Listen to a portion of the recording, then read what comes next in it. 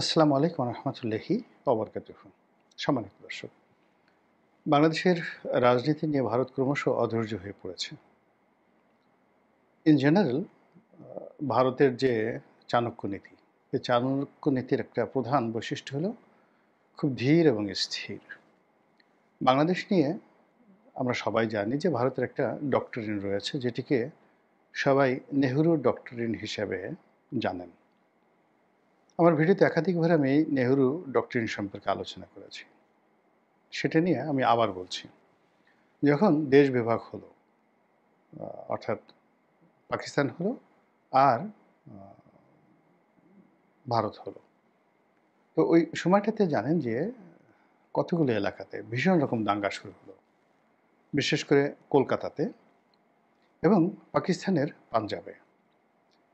তো এই যে ভয়াবহ দাঙ্গা, সেই দাঙ্গার পরিণতির সম্পর্কে যদি আপনি একটু আন্দাজ করতে চান, তাহলে খুশবন্ত সিংয়ের একটা বিখ্যাত বই রয়েছে। সেটার নাম হলো 'ট্রেন টু পাকিস্তান'। এটা পড়লে আপনারা বুঝতে পারবেন যে কি পরিমাণ ভয়াবহ দাঙ্গা হয়েছিল। আমাদের বাংলাদেশেও কিন্তু দাঙ্গা হয়েছিল, তবে সব এলাকাতে নয়, নোয়াখালীতে।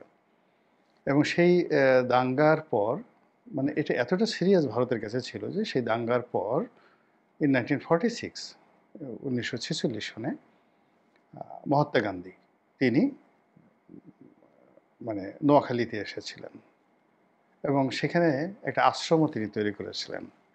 এবং বলা হয়ে থাকে যে বাঙালিরা তার প্রতি এতটা বিরক্ত ছিল যে সেই আশ্রম থেকে সেই তার ছাগল বাঙালিরা নিয়ে গিয়েছিল। এরকম কথাবার্তা হচ্ছে। তো এনিওয়ে, তো এই যে নানা রকম যে দ্বন্দ্ব ফ্যাসাদ, দাঙ্গা হাঙ্গামা, এত কিছুর মধ্যেই বাংলাদেশ এবং পাকিস্তান, পূর্ববঙ্গ এবং পশ্চিমবঙ্গ নাম নিয়ে আলাদা একটা রাষ্ট্র হলো, আর ভারত একটা আলাদা রাষ্ট্র হলো। এখানে প্রথম গভর্নর জেনারেল হিসেবে মোহাম্মদ আলী জিন্নাহ আসলেন এবং তার অধীন একটা সংসদীয় গণতন্ত্র টাইপের একটা কিছু হওয়ার চেষ্টা হলো পাকিস্তানে। আর অন্যদিকে ভারতে প্রথম দিন থেকেই সেখানে পার্লামেন্টারি ফর্ম অফ গভর্নমেন্ট এখন যেটা চলছে এভাবে চালু হলো এবং সেই পার্লামেন্টারি ফর্ম অফ গভর্নমেন্টের প্রধান হলেন পণ্ডিত জওহরলাল নেহেরু। তো ওই সময়টাতে সেই 1947, 48, 49, এই ৩টি বছর ভারতের জন্য সবচেয়ে বড় সমস্যা ছিল মাইগ্রেশন। বহু সংখ্যক মানুষ ভারত ছেড়ে পাকিস্তানে আসছিল, মুসলমানরা। এর কারণ হলো ভারতের অর্থনীতি তখন ভালো ছিল না। আর বাংলাদেশ থেকে, পাকিস্তান থেকে কিছু সংখ্যক হিন্দুরা ভারত যাচ্ছিল এবং তারা বলতে গেলে বাধ্য হয়ে যাচ্ছিল। এর কারণ পূর্ববঙ্গ এবং পশ্চিম পাকিস্তান, এই উভয় অঞ্চলের যে আর্থসামাজিক প্রেক্ষাপট, এটা হিন্দুদের ফেভারে ছিল। কিন্তু সেই হিন্দু জমিদারি প্রথা উঠে যাওয়া এবং পাকিস্তান রাষ্ট্রের মধ্যে হঠাৎ করে উগ্র মৌলবাদ মাথা ছাড়া দিয়ে উঠছে, এই ভয়ে অনেক হিন্দু দেশ ছেড়ে দেখা গেল ভারতে চলে যাচ্ছিল। তো পাকিস্তান থেকে যে সকল হিন্দুরা, ইভেন শিখ যারা আছেন, অন্য ধর্মাবলম্বী মুসলমান ছাড়া, তারা ভারতে যেভাবে যেতে চাচ্ছিল, তাদেরকে নেওয়ার জন্য ভারত সরকারের একটা বিরাট বাজেট ছিল এবং বর্ডার একদম উন্মুক্ত ছিল এবং তাদেরকে সেই প্রত্যাগত পাকিস্তান থেকে যারা ভারতে যেতে চায় তাদেরকে রিসিভ করার জন্য ভারতের কর্মকর্তারা উন্মুখ হয়ে পড়ে থাকতো। তো সেই দিক থেকে পূর্ব পাকিস্তান থেকে যারা যাচ্ছিল তারা ঠিক এই ওয়ার্ম রিসেপশনটা পায়নি। হিন্দুরাও পায়নি, এমনকি যে সকল মুসলমানরা খুব অল্প পরিমাণ যাওয়ার চেষ্টা করেছিল তারাও সেই রিসেপশনটা পায়নি। অধিকাংশ সীমান্তে প্রায় বন্ধ করে রাখা হয়েছিল যাতে সহজে বাঙালিরা যেতে পারে না। তো এই বিষয়টা নিয়ে যখন পণ্ডিত জওহরলাল নেহরুকে জিজ্ঞাসা করা হলো, তিনি তখন বললেন যে বাংলাদেশের যে জন্মটা, এটা হয়েছে একটা বাই অ্যাক্সিডেন্ট।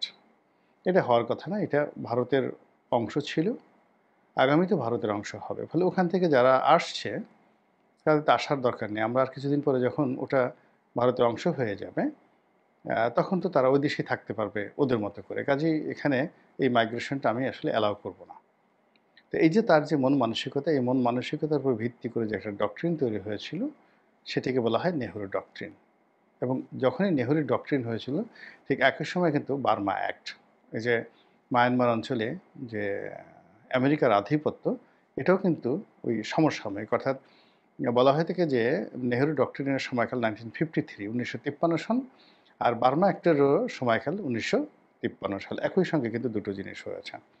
তো সেই বার্মা অ্যাক্ট যেভাবে এখন এই 2025 সনে এসে আমাদের গলার কাটা হয়ে দেখা দিয়েছে, আমাদের স্বাধীনতার সার্বভৌমত্ব নিয়ে টানাটানি শুরু হয়েছে। একইভাবে নেহরু ডক্ট্রিন বাস্তবায়ন করার জন্য ভারত কিন্তু এই সময়টিকে সবচেয়ে তারা মোক্ষম এবং উল্লেখযোগ্য সময় হিসেবে মনে করছে। আমরা 1971 সনে মহান মুক্তিযুদ্ধে ভারতের অবদান অবশ্যই অস্বীকার করি না, কিন্তু তার সঙ্গে সঙ্গে আমাদের কতগুলো ভয়, দুটো মেজর ভয়। একটা হলো হায়দ্রাবাদে যে ঘটনা ভারত ঘটিয়েছে, আর সিকিমে যে ঘটনা ঘটেছে। এই দুটো প্রদেশ বা রাজ্য, দেশীয় রাজ্য, তারা যেভাবে দখল করে নিয়েছে, এটা আমাদের জন্য আতঙ্ক। অন্যদিকে কেন্দ্রীয় সরকার যেভাবে কাশ্মীরের উপর জুলুম অত্যাচার করে মুসলমানদের উপর, যেভাবে আসামের মুসলমানদের উপর যেভাবে জুলুম অত্যাচার করে, সেদিক থেকে আমরা বাংলাদেশে যারা আছি, আমাদের জন্য ভারত সবসময় একটা মানসিক যন্ত্রণা তৈরি করে রেখেছে। ফলে এই বাংলাদেশে সেই 1947 থেকে এখন অবধি ভারত বিরোধী একটা মনোভাব কিন্তু সবসময় ছিল। আর অন্যদিকে যারাই ভারতের পক্ষে দাঁড়ানোর চেষ্টা করেছেন বা যাকে বলা হয় ভারতের তাবেদার হওয়ার চেষ্টা করেছেন, ভারত বন্ধু হওয়ার চেষ্টা করেছেন, আমাদের দেশের সাধারণ মানুষ তাদেরকে কখনোই স্বাভাবিকভাবে গ্রহণ করেনি। তো এনিওয়ে, সেই কাগজ কলমের যে কথা, সেই কথার বাইরে যেটি হলো যে যেহেতু আমরা একটা ল্যান্ড লক কান্ট্রি, আমাদের সমুদ্র আছে, কিন্তু সমুদ্রের মহীসোপান পাড়ি দিলেই যে জলভূমি, সেই জলভূমির উপর ভারতীয় নৌবাহিনীর একছত্র আধিপত্য। ভারত যদি আমাদের কর্ণফুলীর মোহনায় যে মহীসোপান রয়েছে তার একটু অদূরে তাদের নৌবাহিনী মোতায়েন করে, তাহলে আমরা একটু নড়তে পারবো না।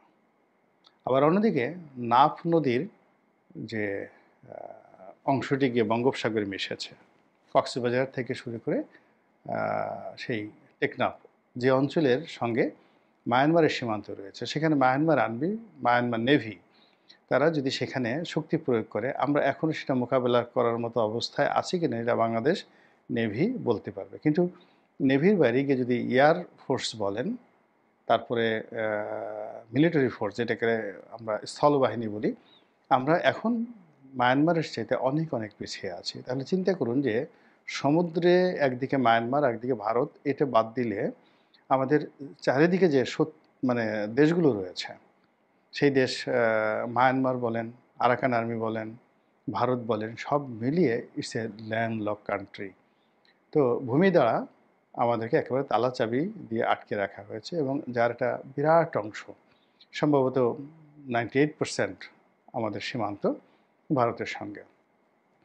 তো সেই ভারতের সেই সীমান্তে থাকার কারণে আমাদের মধ্যে আতঙ্ক, ভয়, আবার ভারতের যে দাদাগারি, এটা আমাদেরকে মেনে নিতে হয়েছে।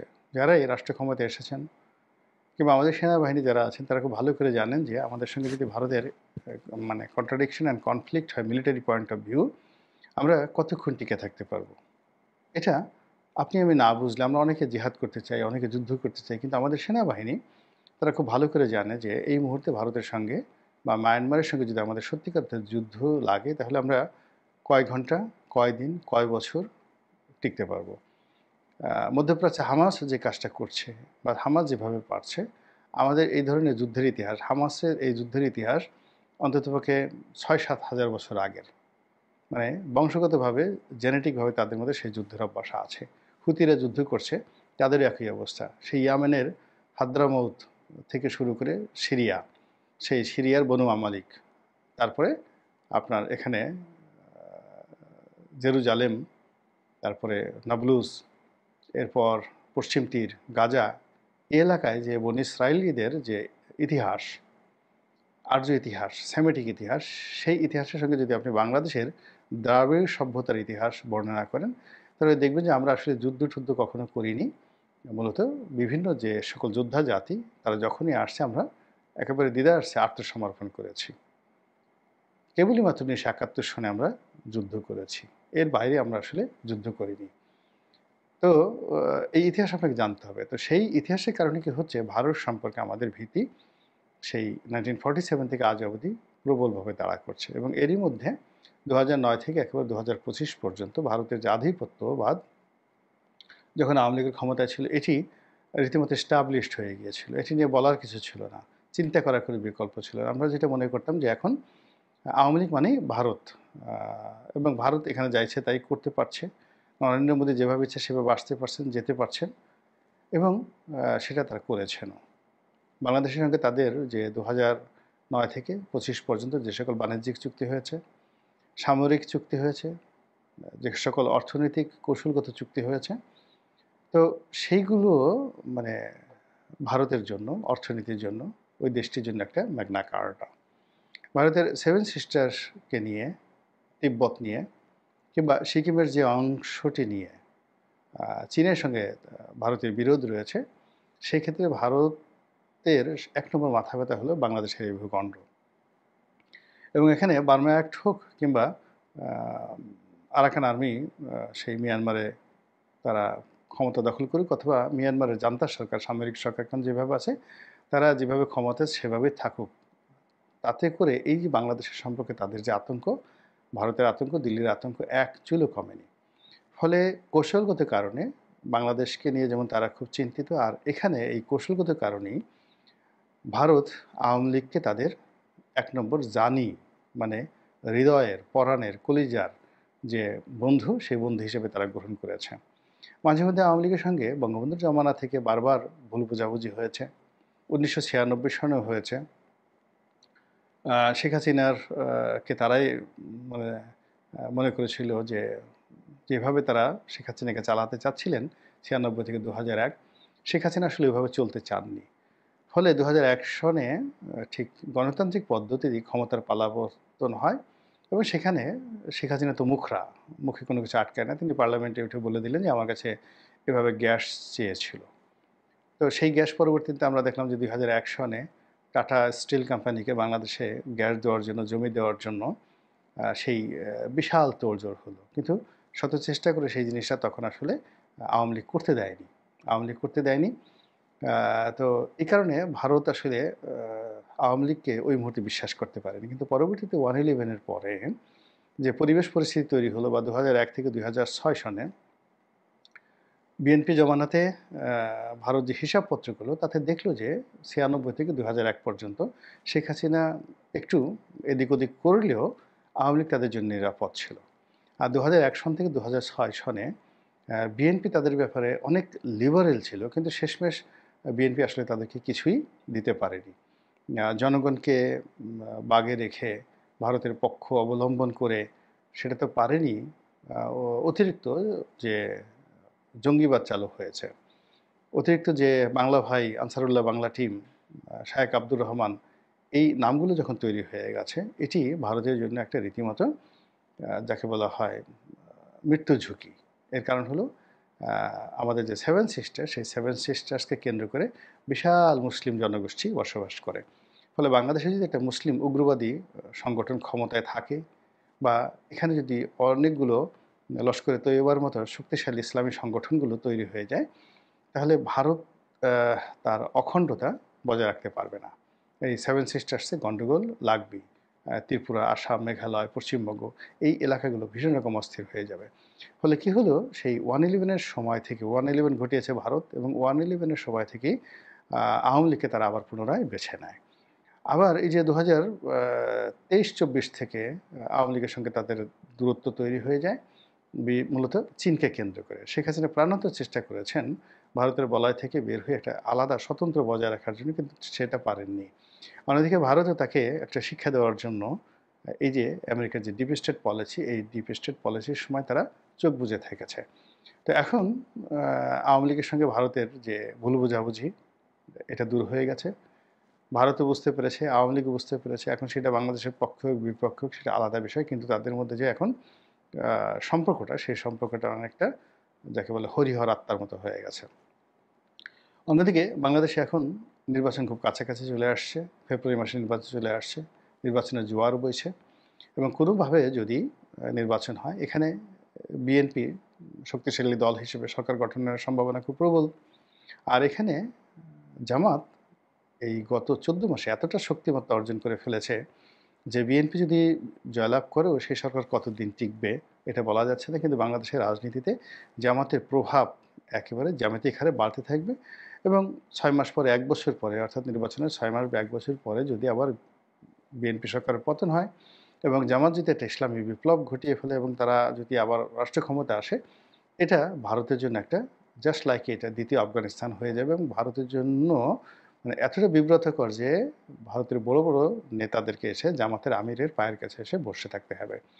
এবং এটা যে বিএনপিকে ক্ষমতায় আসার পর দ্বিতীয় বিপ্লব হবে, নট লাইক দ্যাট, এই বিপ্লবটা এখনও হওয়ার সম্ভাবনা দেখা দিয়েছে। এটাই হলো ভারতের যে সকল থিঙ্ক ট্যাঙ্ক রয়েছেন, পত্রপত্রিকা রয়েছে, গোয়েন্দা সংস্থা রয়েছে। তো গোয়েন্দা রিপোর্ট আমরা জানি না, কিন্তু ভারতীয় পত্রপত্রিকা, মিডিয়া, ইউটিউব, সোশ্যাল যে সকল মিডিয়া রয়েছে, সেখানে যে সকল আলাপ আলোচনা হচ্ছে, এভাবেই আসলে ভারত বাংলাদেশকে চিত্রিত করার চেষ্টা করছে, যেখানে একটি দক্ষিণপন্থী গ্রুপের দ্রুত উত্থান হচ্ছে এবং এই উত্থানটা তাদের উত্থানটা আগে হবে, তারা রাষ্ট্র ক্ষমতা আগে দখল করবে, না বিএনপি ভোটে বিজয়ী হয়ে রাষ্ট্র ক্ষমতা লাভ করবে, এই বিষয়টি 50-50 এখনও পর্যন্ত বলা যাচ্ছে না। আমরা বাংলাদেশে বসে অনেক কিছু আমরা যেভাবে দেখি, আসলে বিশ্ব মিডিয়া বা বিশ্বের যে কূটনৈতিক সূত্রগুলো তারা অন্যভাবে দেখে।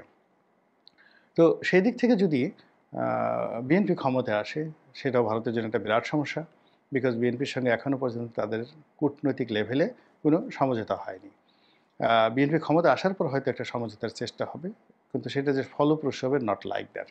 অন্যদিকে জামাত বা অন্যান্য যে সকল ইসলামপন্থী, তাদের সঙ্গে হয়তো সম্পর্ক আছে, কিন্তু এই সম্পর্কটি দিল্লি আসলে হজম করতে পারবে না, কোনো অবস্থাতে হজম করতে পারবে না। ফলে কি হলো, দিল্লি এবং ভারতের যে সকল মানে ডিপ স্টেট ক্রিয়ানক তৈরি করার যে